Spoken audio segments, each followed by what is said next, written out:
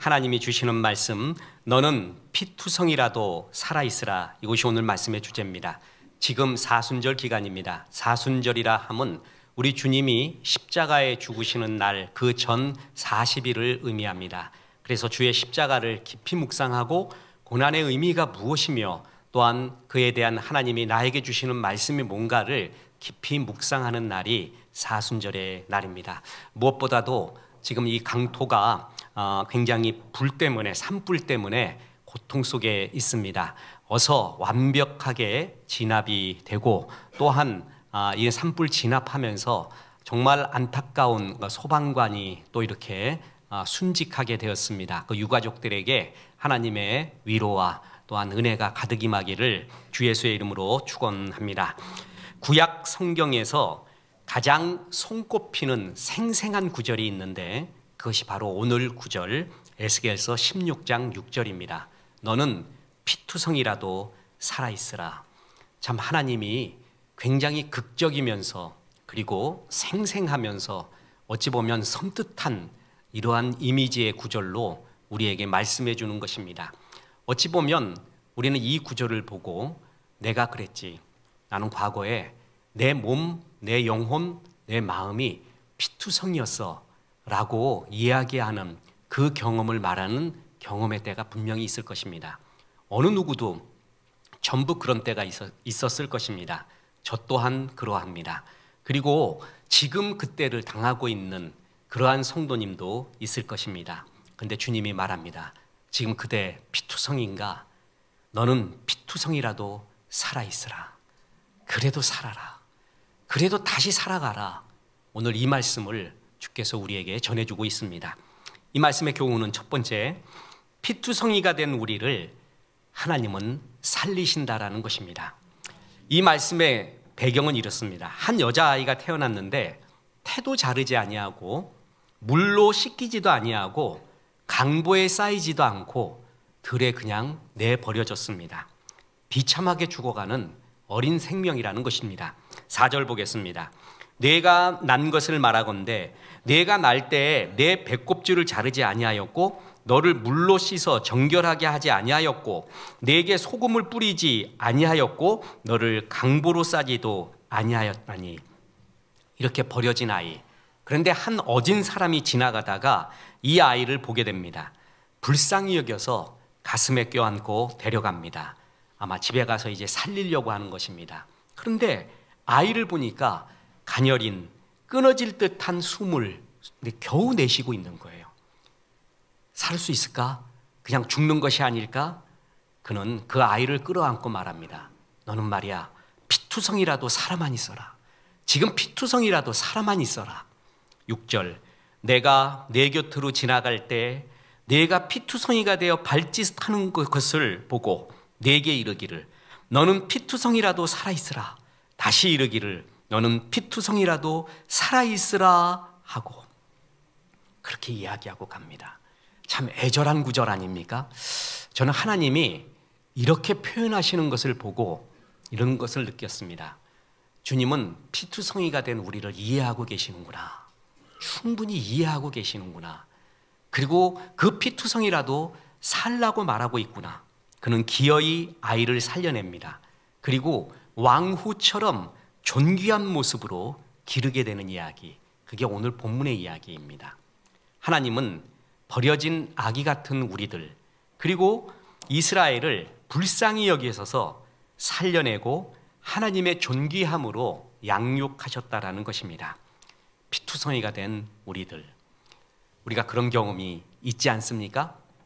알 수 없는 고난으로 아니면 죄악으로 우리는 우리의 온 몸과 마음과 영혼이 피투성이가 되었을 그럴 때가 있습니다. 마태복음 1장에는 예수님의 족보에 오른 5 여인이 나옵니다. 일부러 족보를 말하면서 여인들의 족보를 하나님이 기록한 것입니다. 다말, 룻, 라합, 우리아의 아내 마리아. 이 다말은 시아버지 유다와 부적절한 관계를 맺은 여인입니다. 룻은 하나님이 진멸하라고 하였던 이방 모압 여인입니다.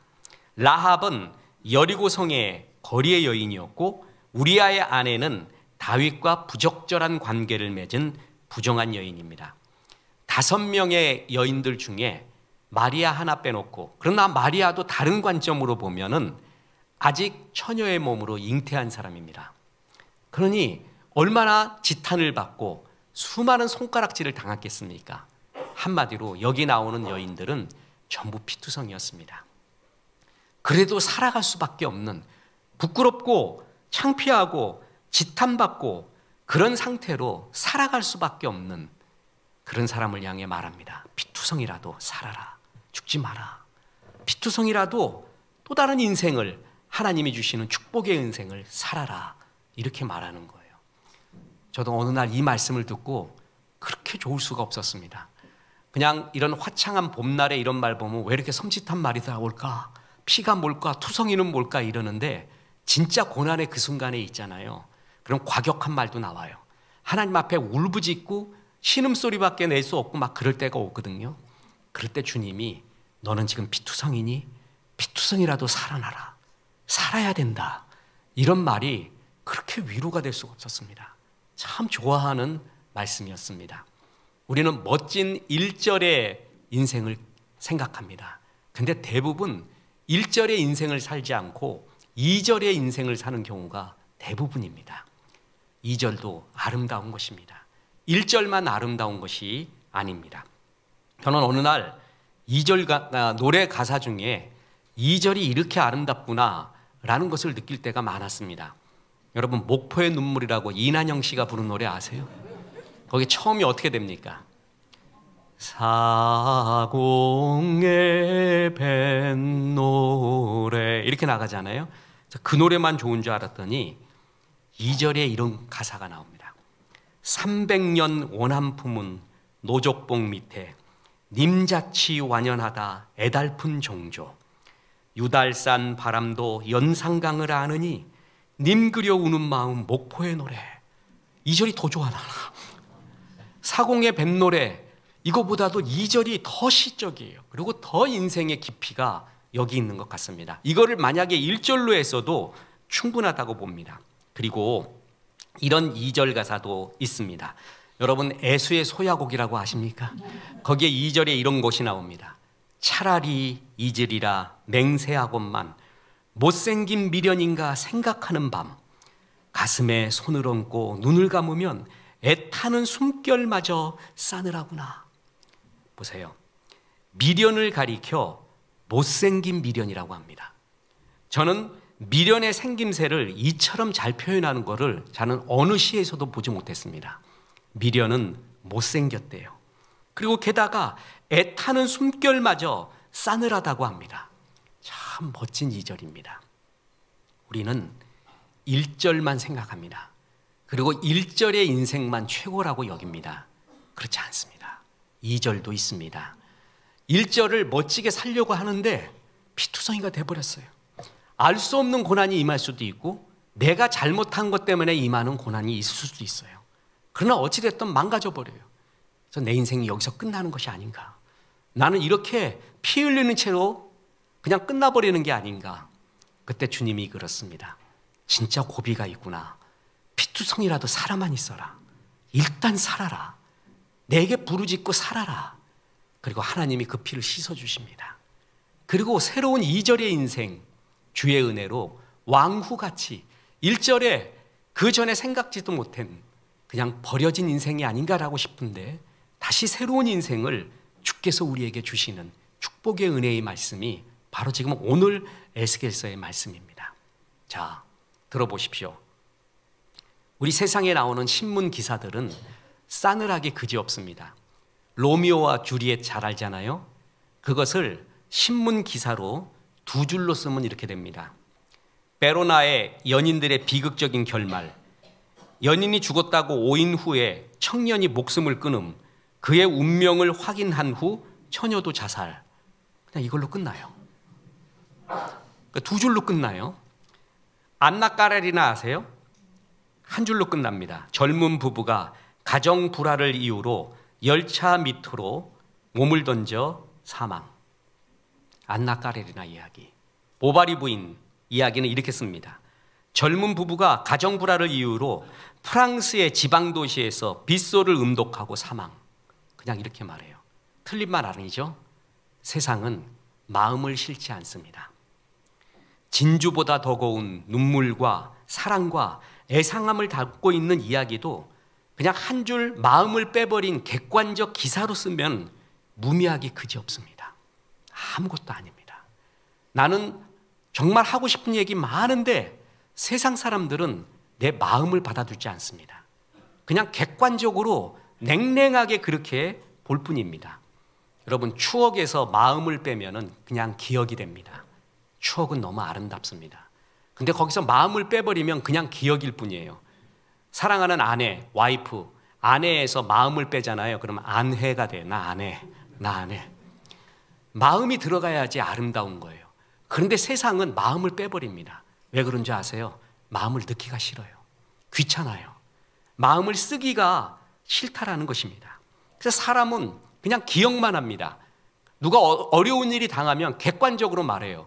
그 사람 아직 돈이 좀 있잖아. 아직 건강이 좀 있잖아. 그걸 해결하면 되겠네. 그 사람 이러면 되겠네. 너무 냉랭하고 차갑게 말하는 게 이 세상이에요. 나는 피투성이가 되어 있는데도. 그 사람 가족이 있잖아. 뭐 하는 거야, 가족들은. 내가 좀 쌓아놓은 돈이 있는 것 같은데 그 사람 아직도 건강하잖아. 이런 소리예요. 나는 죽을 것 같은데. 그런데 사람들의 말이 틀린 말은 아니지만 가슴을 정말 후벼 파는 그런 말들을 세상에 합니다. 그나마 교회는 괜찮습니다. 교회는 조금 낫습니다. 교회는 조금 받아줍니다. 받아주고 이해해 줍니다. 이해관계로 보지 않고 교회는 그래도 따뜻하게 말해주고 어떤 사람이라도 하나님 앞에 은혜 받기를 기원하고 기도해 주는 것이 교회는 조금 있어요. 조금 있어요.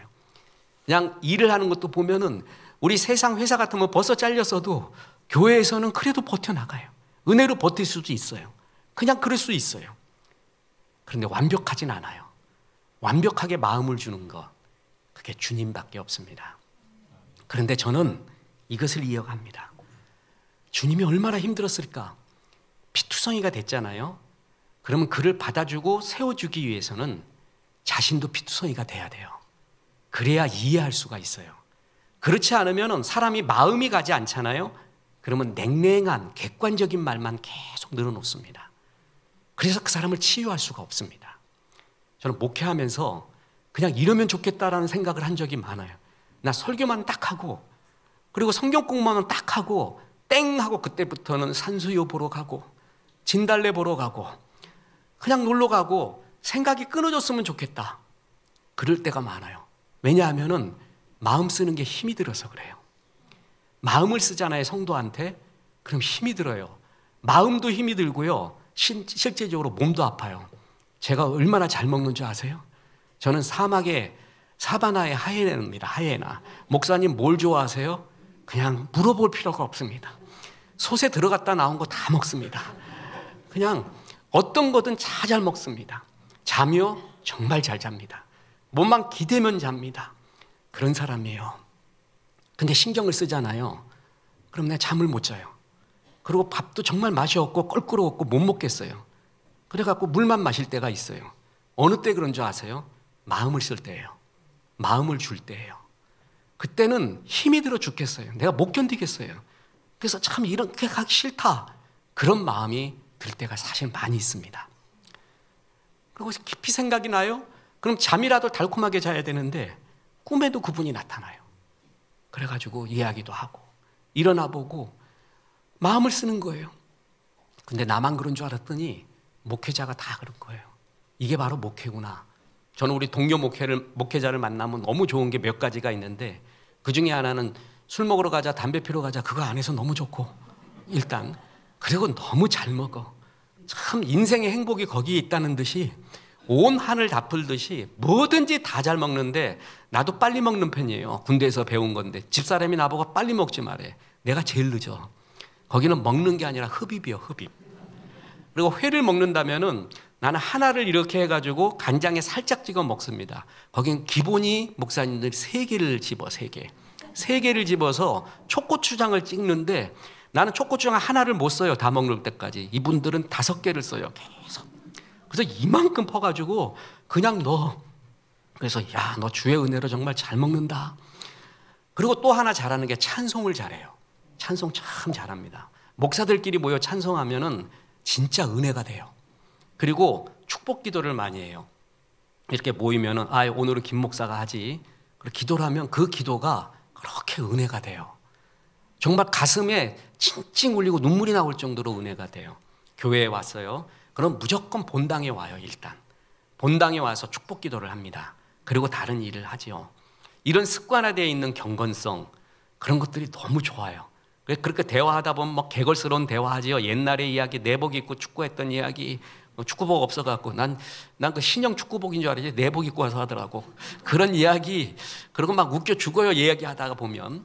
그리고 모처럼 부산에서 만날 때가 있었습니다. 제가 부산에 집회가 있어갖고 야, 다 내려와라 이번엔. 또 부산에 우리 또 동료도 있고 그러니까 가서 자갈치 시장에서 뭐 먹자. 그래서 다 내려와갖고 자갈치 시장에 가갖고 씨앗 호떡 먹고 좋다고. 목사님 하나가 그래요. 자기 여기 처음 와본대. 호떡 이렇게 맛있는 거 처음 먹어봤대. 야, 우리 한번 놀아볼까? 그러면서 막 이렇게 옛날에 좀 껌 좀 씹었던 모습처럼 막 이렇게 이상하게 걷고 언제 그려보겠어. 그럴 때가 없거든요. 그러니까 목사들끼리 모이니까 좋다고 이래요. 그 다음이 문제야. 전화벨이 2시간만 지나면 울리기 시작을 해요. 목사들한테 계속 와요. 그럼 전화를 받아요. 그럼 얼굴이 변해요. 그리고 어떤 사람은 야, 나 빨리 가야 된다. 빨리 가야 된다. 내가 다음에 꼭 올게. 다음에 오면 날짜 정하면 난 무조건 순정이다. 그러고 도망가 버려요. 빨리 가요. 부산에 왔는데 자기 빨리 올라가야 된대. 야, 이거 지금 매운탕 거리 지금 마지막 남았는데 먹고 가야지. 그러니까 아니, 빨리 가야 된대. 그랬더니 저 구석에 가서 영상통화하는 거예요. 성도 권사님하고 또 집사님하고. 그러냐? 그럼 다 이해해요. 빨리 가라. 야, 비행기 타고 가야 되냐? 뭐 해야 되냐? 빨리 가라. 그게 뭐냐면요, 쉬지를 못해요. 24시간 양들을 생각하는 거예요. 그리고 그건 어느덧 하다 보면 그렇게 돼요. 이게 목회예요. 마음을 안 주고 싶어요. 사람 마음 주잖아요. 상처가 커요. 사람은 변해요. 배신도 해요. 근데 마음을 안 주면 되게 편해요. 마음 안 줘. 그러냐? 그래, 뭐 까짓거 사람 그런 거지. 아까 로미오와 주리엣, 안나 까레리나 기사 쓰듯이 그냥 그렇게 말하면 돼요. 제일 편하겠어요. 근데 그렇게 마음을 주지 않고 목회를 어떻게 해요? 마음을 줘야 돼요. 근데 마음 주는 것은 아픔으로 들어간다라는 결심이에요. 내가 앞으로 아플 수도 있다라는 결심을 하고 마음을 주는 거예요. 그런데 그렇게 해서 해요. 그런데 목회자도 이것을 다 주지를 못해요. 근데 다 준 분이 있어요. 그게 바로 주님이라는 거죠. 주님은 우리를 이해하고 받아들이기 위해 스스로가 피투성이가 되셨습니다.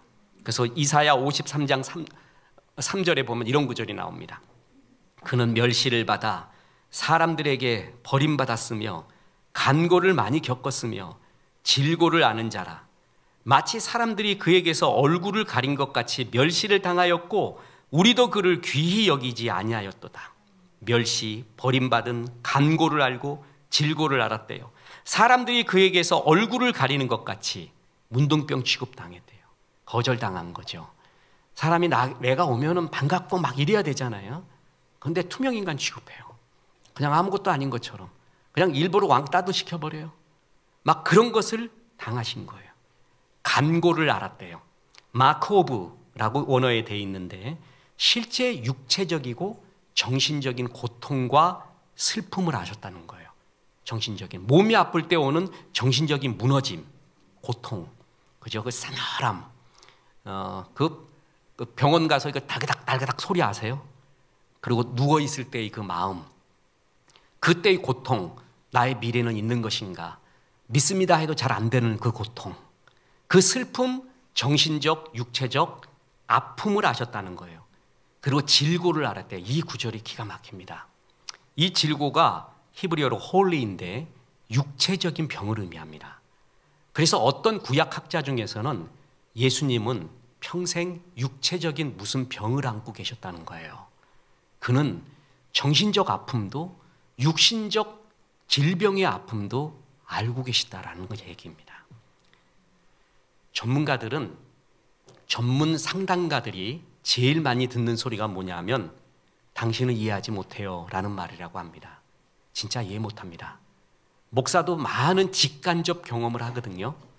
그래도 성도님의 그 아픔의 상태, 그때의 이야기를 이해 못하는 경우가 되게 많습니다. 이렇게 안타깝기는 해요. 오죽했으면 목사한테 이런 말 했겠는가, 오죽 힘들면은 이분이 이랬겠는가, 마음을 떨굴 수가 없죠.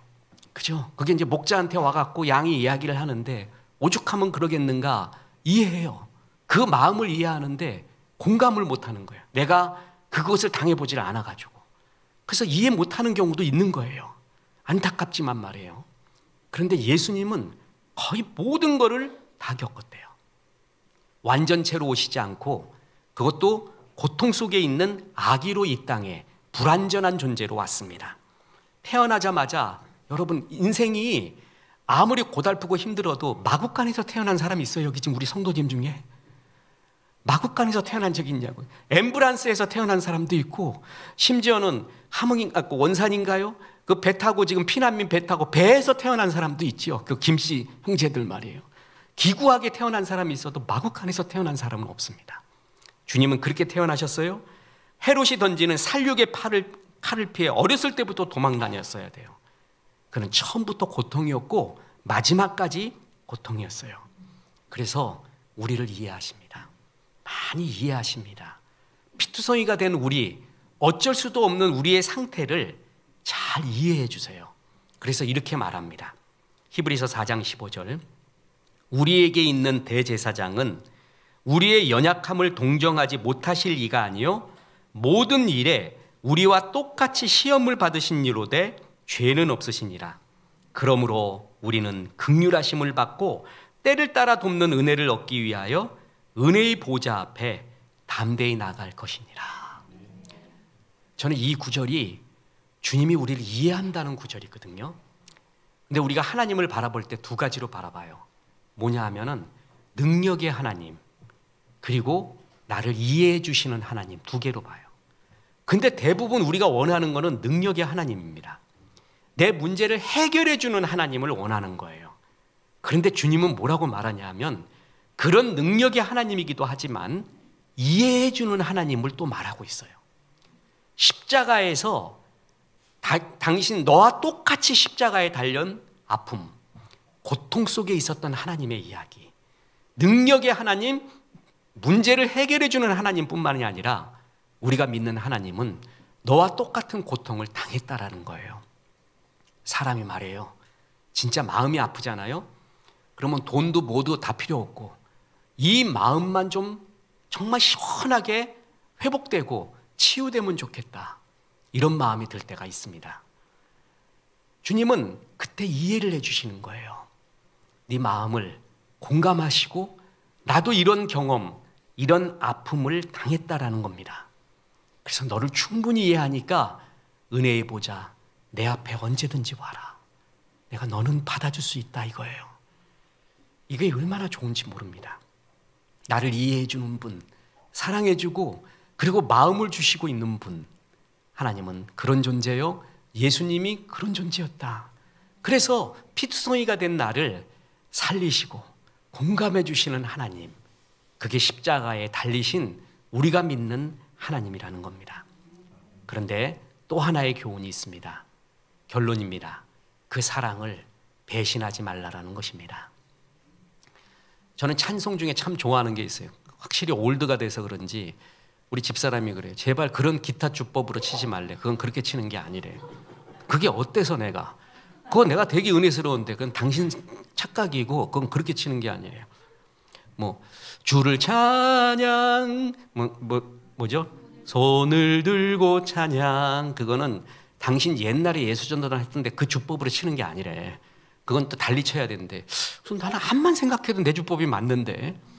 그리고 찬양도 확실히 올드한 게 연식이 돼서 그런지, 그런데 이런 찬양이 있습니다. 사랑하며 섬기겠어요 생명 주신 예수님, 버려진 날 찾아오셔서 내게 생명 주셨죠. 찢긴 맘과 내 삶에 갈보리 언덕에 흘린 피로 생명 주신 예수님 영원히 섬기겠어요. 내 영혼 주 찬양하며. 이렇게 이어지는 찬양 정말 좋아요.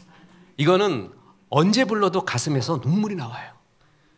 거기 뭐냐면 찢긴 맘과 내 삶에 피투성이었어요. 나도 그때 갈보리 언덕에 흘린 피로 생명 주신 예수님 영원히 섬기겠어요. 사랑하며 섬기겠어요. 사랑을 받은 사람의 특징이 뭔지 아세요? 사랑에 응답을 해야 돼요. 그 사랑에 감사해야 돼요. 그 가슴에 하나님의 사랑을 받은 사람이 잘 박힌 못이 되어 있잖아요. 그럼 그때부터의 삶은 그 하나님을 사랑하고 자랑하고 좋아하고 섬기는 삶. 그 심플한 노래 얼마나 좋은지 몰라. 사랑하며 섬기겠어요. 내게 생명 주신 예수님 버려진 날 찾아오셔서 내게 생명 주셨죠. 예수님 만났던 그 순간, 그리고 피투성이가 되어 있을 때 주님이 만나서 이야기해주고 살아라. 너 그래도 살아라. 지금 이해하지 못하도 일단 살아라. 이런 말들. 갈보리 언덕에 흘린 피로 내게 생명 주신 예수님, 삶의 방향을 주시고 그리고 달려갈 길, 생명의 길을 보여주신 예수님 영원히 섬기겠어요. 그리고 마리아가 그러잖아요. 내 영혼 주 찬양하며 하나님 내 구주를 기뻐함은 능하신 이가 내게 큰 일을 행하신다니, 나를 통해 일하신다니 내가 너무 좋습니다. 손해볼 거 그런 거 생각하지 말고 좋습니다. 그게 그렇게 좋아요. 그 찬송의 연속이 그렇게 좋을 수가 없어요. 이렇게 살아야 돼요. 우리가. 나도 그런데 그것을 잊어버리는 거예요.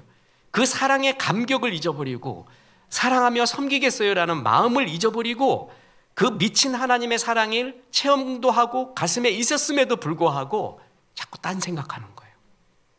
주님을 흥신소처럼 여겨. 이제 이게 뭐냐? 흥신소 아세요? 급할 땐 막 전화 걸고 야단 부르스해요. 막 새벽에도 막 불러오고 어디 갔냐고 이거 해결해 줘야 된다고 막 그러다가 해결만 되면 바로 떠나버려. 내가 언제 그랬냐고. 이게 흥신소 신앙입니다. 주님을 사랑하지 않고 그냥 문제 해결해 주는 그런 분. 문제만 해결되면 그냥 전혀 관심도 없어. 나도 어느덧 그렇게 되어버렸다. 그런데 지금 오늘 읽었던 그 왕후가 되었던, 탯줄도 안 끊고 버려졌던 그 아이를 너 피투성이라도 살아있어라. 주님이 이야기하고 난 다음에 살려줍니다. 그리고 정말 존귀하게 길러요. 하나님의 사랑의 특징이 뭔지 아세요? 그 사랑받는 사람을 존귀하게 만들어준다는 거예요. 존귀하게. 사람의 사랑은 이기적이라서 내 밑으로 들어오게 만들려고 해요. 사랑한다고 하면서 목을 졸라요. 근데 하나님 사랑의 특징은 존귀하게 만들어줘요. 그래서 왕후같이 존귀하게 됐어요. 그러면 무슨 찬송 불러야 돼요? 내 영혼 주 찬양하며, 혹은 사랑하며 섬기겠어요. 생명 주신 예수님 버려진 날 찾아오셔서 내게 생명 주셨죠. 진짜 이 여자한테 딱 맞는 노래야 이게. 찢긴 망간의 삶에 갈보리 언덕에 흘린 피로 생명 주신 예수님 영원히 섬기겠어요. I don't know how to love him. 정말 하나님 거리의 여인 찾아오셔서 이 사랑 주시니 그 사랑을 어떻게 감당해야 될지 모르겠습니다. 이렇게 살아야 정상이란 말이에요. 근데 이 작자가 어떻게 했는지 아십니까? 15절. 그러나 내가 내 화려함을 믿고 내 명성을 가지고 행음하되 지나가는 모든 자와 더불어 음란을 많이 행함으로 내 몸이 그들의 것이 되었도다. 보세요. 내가 내 화려함을 믿고 내 명성, 이게 다 누가 준 거예요? 지금 그 사람이, 그 어진 사람이 만들어준 거 아니에요. 근데 그 은혜를 잊어버리고 내가 했다는 거예요. 내가. 그래서 행음했다 그랬죠. 구약 성경의 행음은, 음행은 뭘 말하냐 하면은 하나님 말고 더 깊이 마음에 드는 그 무엇, 그것을 영적인 간음이라고 성경이 말합니다. 이렇게 널 사랑했는데 네가 다른 것에 마음을 다 쓰면서 16절, 내가 내 의복을 가지고 너를 위하여 각색으로 산당을 꾸미고 거기에서도 행음하였나니 이런 일은 전무후무하니라. 내가 또 내가 준 금, 은 장식품으로 너를 위하여 남자 우상을 만들고 행음하며 또 내 수 놓은 옷을 그 우상에게 입히고 나의 기름과 향을 그 앞에 베풀며. 아무튼 배신도 이런 배신이 없어요. 다 잊어버리고 그 주인이 준 모든 것을 가지고 다른 곳에 다 마음을 썼다는 거예요. 근데 여기서 제일 기절할 구절이 나옵니다. 자, 보세요. 에스겔서 16장 21절. 나의 자녀들을 죽여 우상하게 넘겨 불 가운데로 지나가게 하였느냐. 자기 새끼 우상 불에다가 집어넣었다는 거예요. 이거 이해가 가요? 너는 피투성이가 되도 살라, 살아만 있으라라는 구절보다 더 무서워요. 이 구절이 우리는 새끼들 위해 내가 불덩이에 들어가잖아요. 내 자식 놈 위해서 내가 죽을 준비되어 있다. 그때 가서는 어떻게 될런지는 아무도 몰라.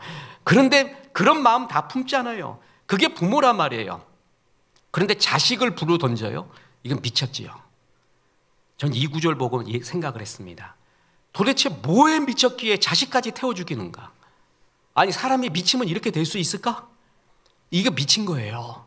어떻게 미쳤느냐? 예가 있습니다. 구약의 히스기야 아시죠? 히스기야 보세요. 우리는 그를 기도의 사람으로 압니다. 맞습니다. 예루살렘이 포위당했을 때 벽을 향해 기도합니다. 기도로 18만 5천 명 물리치고 이깁니다. 개인적으로 죽을 병에 걸립니다. 통곡과 눈물의 기도로 15년 더 살게 됩니다. 기도의 사람, 강력한 기도의 사람. 우리는 이걸 인정하고 히스기야의 기도가 책으로도 나올 정도잖아요. 그런데 이 은혜를 받고 그가 교만해집니다. 이게 문제입니다. 은혜 받으면 그 은혜에 보답하는 삶을 살아야 되는데 교만해집니다. 당시 약해 보이던 바벨론 사신들이 왔습니다.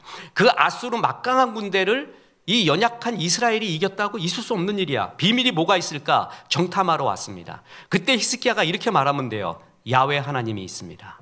우리의 뒤에는 여호와 하나님이 있습니다. 우린 기도했을 뿐입니다.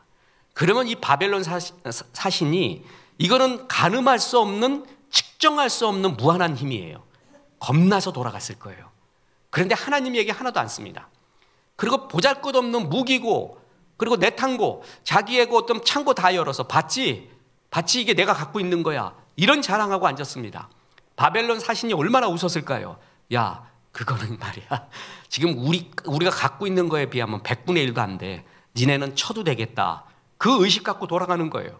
그랬을 때 하나님이 히스기야한테 화를 내면서, 히스기야, 네가 자랑했던 모든 것이 바벨론으로 옮겨진다.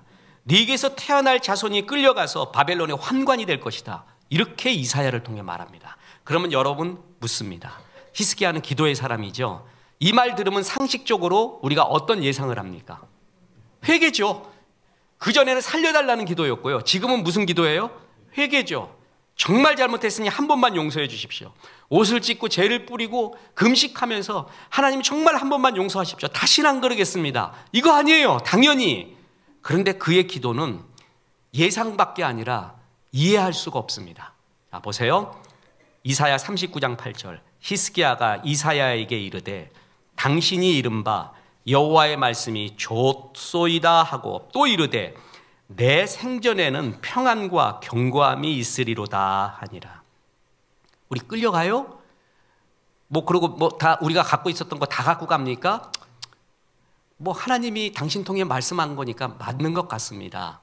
근데 내 생전에는 그게 안 이루어지니까 됐어요. 이 소리 하고 있는 거예요. 이해되겠어요?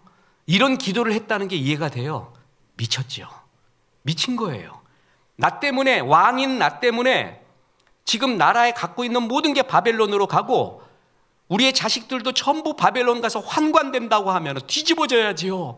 그런데 그렇지 않고 내 때에 이루어지지 않으니까 그 정도면 됐습니다. 이러고 앉았어요. 이거 미치지 않고 이런 소리를 할 수가 있겠냐고요. 사람이 이렇게 미칠 수가 있다는 거예요.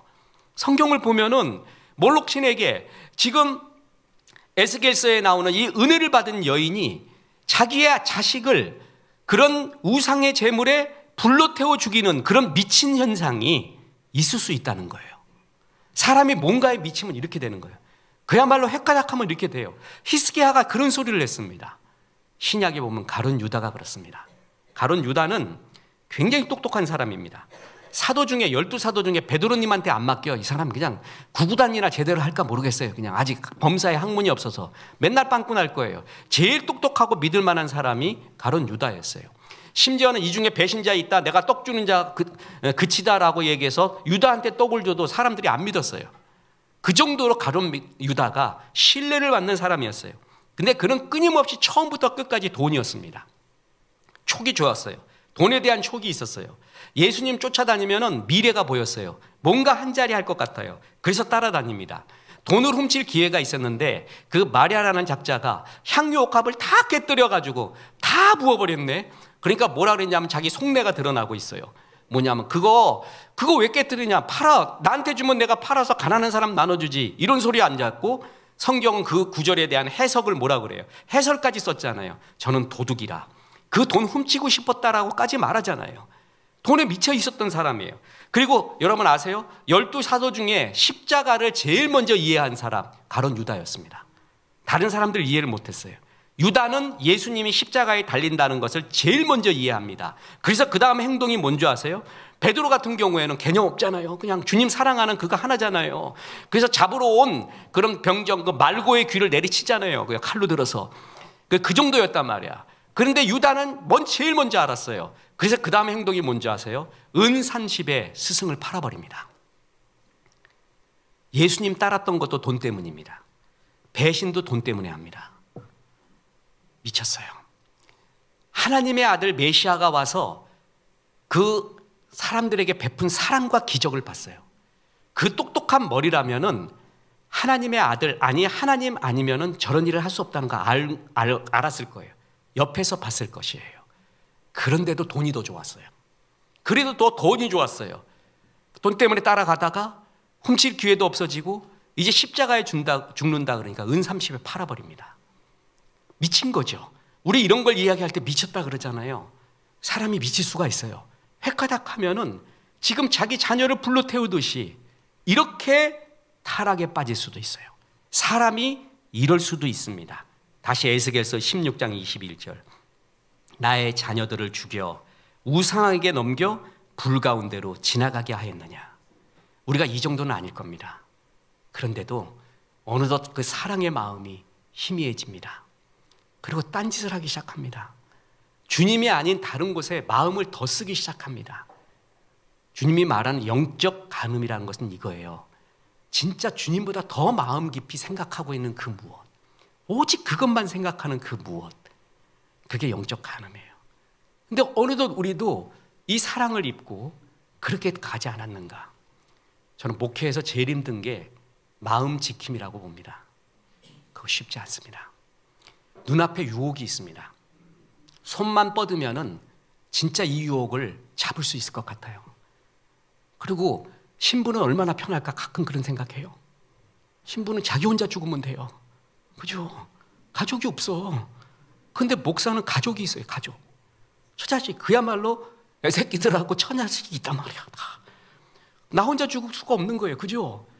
그래서 뭘 하다가도 자꾸 가족 생각이 나고, 그리고 그러니까 마음이 약해지고 무너질 수밖에 없고, 이게 영혼이 있어요. 그래서 저는 진짜 가정을 아는 사람, 가족이 뭐고 가정을 아는 사람은 스님도 신부도 아니라 목사라고 봅니다. 목사는 정말 가정의 세밀함, 디테일도, 악마도 디테일에 있고 천사도 디테일에 있는, 가정은 디테일의 연속이거든요. 거기서 울고 웃잖아요. 그래서 이런 가운데 내가 어떻게 살고 있는가, 주님을 깊이 사랑하고 있는가, 내가 다른 길로 가고 있지 않는가. 근데 요거를 눈 감고 이렇게 해버리면은 우리 가족 좀 괜찮고 모두 좀 괜찮을 것 같고, 그런 유혹이 눈앞에 항상 산재됩니다. 그걸 참아야 돼요. 그게 되게 어렵습니다. 그리고 다시 주님께로 마음을 돌리는 것이, 주님만 바라보는 것 쉽지 않다는 거 목사가 잘 압니다. 그래서 목사도 그런데 우리 성도님들이 주님만 바라본다는 게 얼마나 어렵겠는가, 그 이해합니다. 그래서 어느덧 우리도 이 사랑을 받았음에도 불구하고 딴 길로 다른 곳에 주님이 주신 것 같고 내 마음 다 쓰는 경우가 되게 많아집니다. 그때마다 고난이 오고 또 깊은 생각이 오면서 주께 돌이키고 또 딴 길로 가고 또 돌이키고, 그게 우리의 삶의 연속 아닙니까? 어제 이 피투성이 구절을 보면서 그러고 잤는데 진짜 꿈에 피투성이가 나타난대. 내가 옛날에 참 내가 이랬었지. 진짜 이런 상태가 나한테 있었지. 이런 암담함이 있었지라는 것이 그대로 보여요. 그리고 그때 너무나 신비한 체험이 뭐였냐면은 막 그래서 정말 비참했어요. 내가 가능성이 있는가?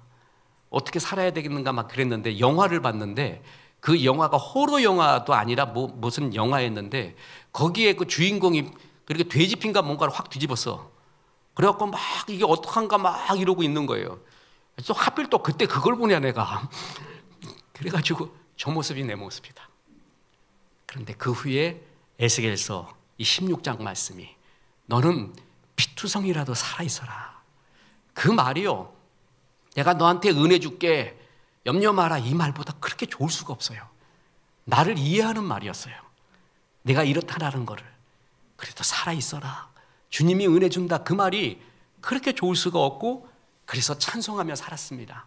근데 어느덧 지나보니까 그 마음이 희미해지고요, 그리고 딴 길로 딴 마음으로 품고 있는 나를 발견하고 소스라치게 놀라고 다시 돌아오고, 그리고 주님 다시는 안 그러겠습니다, 그리고 또 딴 길로 가고, 이거의 연속이 우린 것 같아요. 목사도 그런 삶을 사는 것 같습니다. 이때 주님이 말씀하는 게 그거예요. 돌아오라라는 것입니다. 돌아와라. 아버지가 안타까운 것은 탕자 아들이 돌아오지 않는 것이지 뻘짓거리하는 것보다 돌아오라 이거예요. 돌아와서 다시 기도하고 예배하고 그러면 다시 회복을 줍니다. 저는 이 하나님이 속도 정말 넓어 죽겠어요. 요번에 피투성이는 왜 피투성이 됐냐 하면은 전에 피투성이는 던져진 거예요. 내가 그냥 이유 없이 내가 당해버린 거예요. 정말 억울하게 당해서 피투성이가 됐는데 지금 피투성이는 내가 잘못한 거야. 내가 뻘짓거리하고 내가 잘못해서 피투성이 됐는데 그래도 주님은 돌아오래요. 그러면 또 그것을 씻겨주십니다. 그리고 또다시 존귀하게 만들어주시는 하나님의 마음, 그게 주님의 사랑이라는 것이죠. 그래서 주님이 참 좋습니다. 세상은 그렇지 않습니다. 교회는 조금 그렇습니다. 목사도 조금 그렇습니다. 목사도 정말 가슴도 아프고 뭐 해주지만 예수님처럼은 못합니다. 그런데 예수님은 그 어느 때도 내가 어떤 피투성이가 되고 와도 받아주십니다. 씻겨주시고 그리고 가락지를 끼워주고 이제 집 나간 내 자식이 돌아왔다고 잔치 벌려주시고 그 품으로 다시 돌아오라는 것입니다. 여러분, 마음이 주님께로 많이 떠나 있습니까? 주님이 주신 것이 주님보다 더 좋습니까? 내 마음을 온통 사로잡고 있는 것이 뭐 때문에 그렇습니까? 우리 사순절 기간 동안에 잘 돌아보십시오. 그래서 주께 다시 돌아오십시오. 그래서 찢긴 맘관의 삶에 내게 생명 주신 그 하나님, 예수님 사랑하며 섬기겠어요 하는 찬송 넘쳐나시기를 주 예수의 이름으로 축원합니다. 우리 하나님 사랑 생각하며 그 크신 하나님의 사랑 찬송합니다.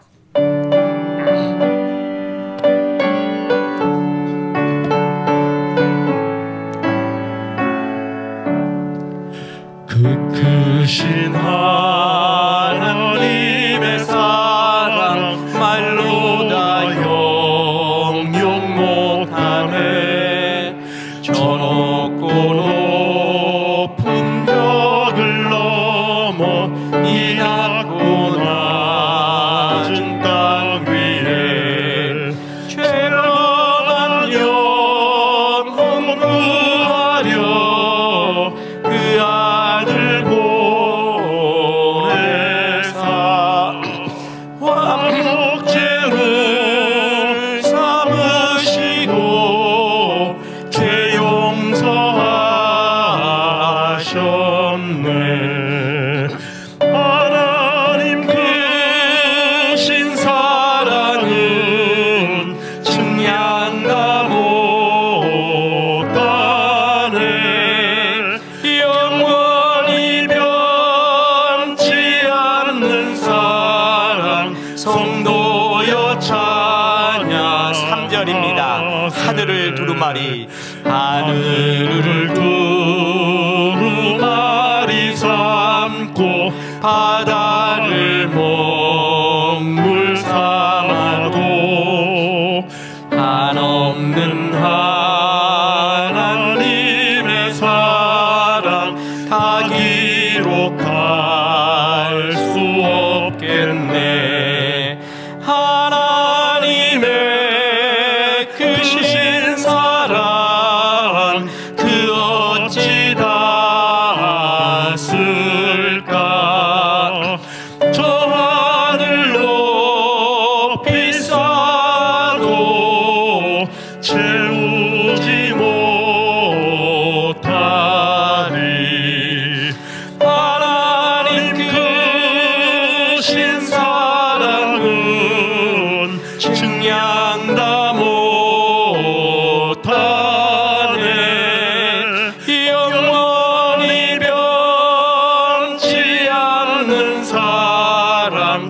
성도여 찬양하세.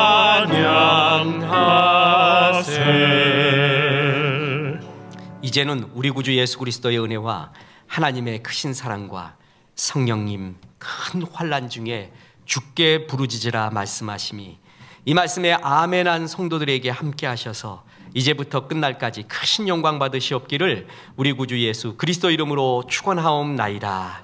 아멘.